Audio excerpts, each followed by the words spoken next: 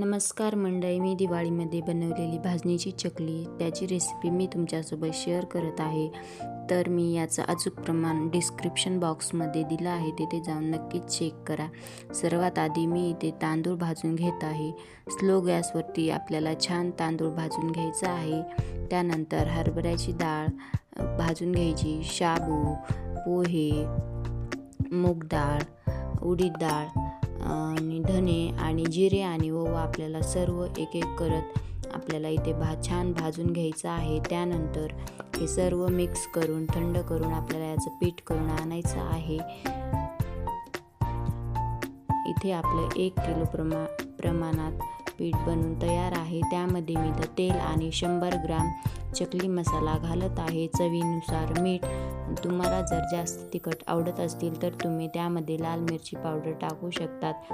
मी इथे 1 वाटी कडकडीत तेलाचं मोहन घातलं आहे. अशा प्रकारे सर्व मिक्स करून आपल्याला गरम पाण्यामध्ये घट्टसर असा याचा गोळा मळून घ्यायचा आहे.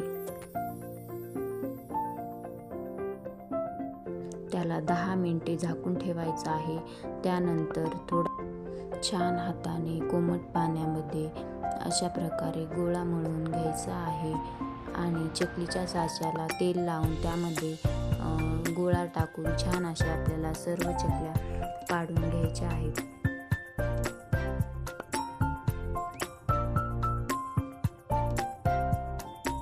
मी इथे एकीकडे तेल गरम करायला ठेवले होते. आपल्याला छान तेल गरम करून त्यामध्ये एक एक चकली सोडत अगदी स्लो गॅसवरती सर्व चकल्या तळून घ्यायच्या आहेत. तर अशा प्रकारे माझ्या चकल्या बनवून तयार